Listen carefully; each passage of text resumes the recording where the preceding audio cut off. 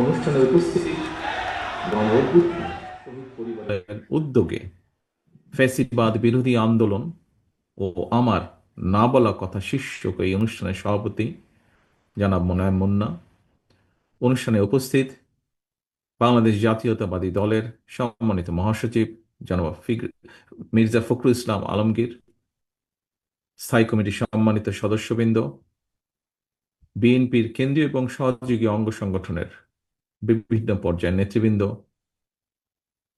অনুষ্ঠানে উপস্থিত গণ অভ্যুত্থানে শহীদ পরিবারের সম্মানিত সদস্যবৃন্দ, উপস্থিত সহযোদ্ধা সহকর্মীবৃন্দ এবং সমাবেশে অংশগ্রহণকারী যুব দলের নেতা কর্মী সমর্থক ভাই ও বোনেরা, আসসালাম আলাইকুম।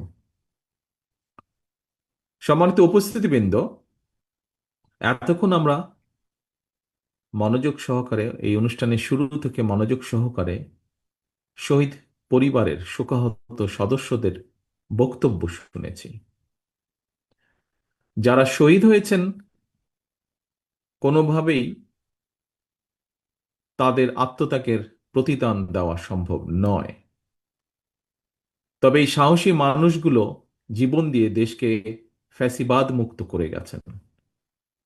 বাংলাদেশ এই শহীদদের কাছে ঋণী। গণ অভ্যুত্থানে জাতীয়তাবাদী যুব দলের ৭৮ জন নেতার পরিবারকে আজকে এই অনুষ্ঠানে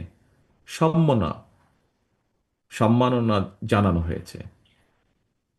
যুবদলের ৬ নেতাকে মরণোত্তর সম্মাননা স্মারক দেওয়া হয়েছে। আমি মনে করি আজকের এই অনুষ্ঠানে শহীদ পরিবারকে সম্মাননা জানিয়ে